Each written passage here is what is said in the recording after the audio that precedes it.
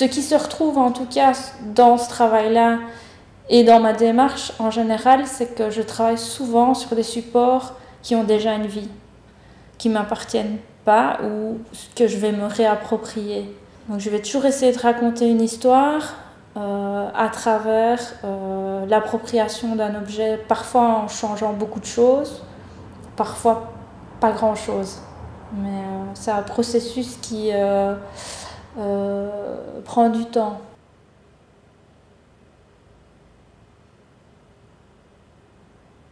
C'est en fait une réappropriation de la matière.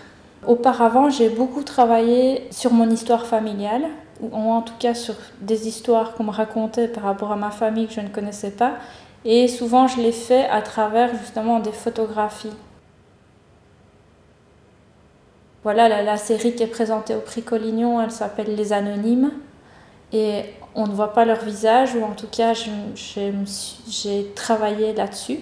Plutôt de la peinture ou du miroir, parce que j'aime bien aussi me dire que le miroir, c'est une matière dans laquelle on peut se refléter soi-même.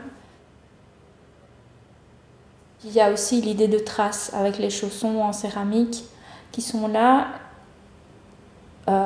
et l'idée d'énergie aussi avec le triptyque de cette personne sur un rocher dans l'eau, dont on ne voit pas le visage, on ne sait pas s'il fait la sieste ou on imagine.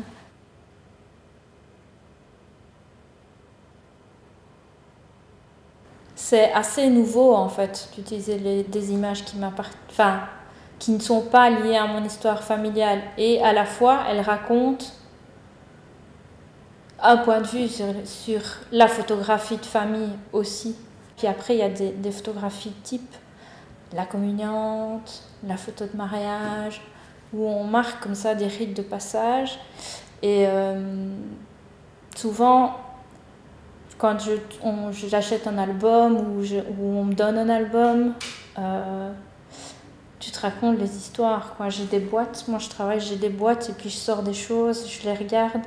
Et à la fois, ça me touche que ces personnes-là se débarrassent, en fait. Enfin, de trouver ces photographies-là, ça me donne envie d'en faire quelque chose, quoi.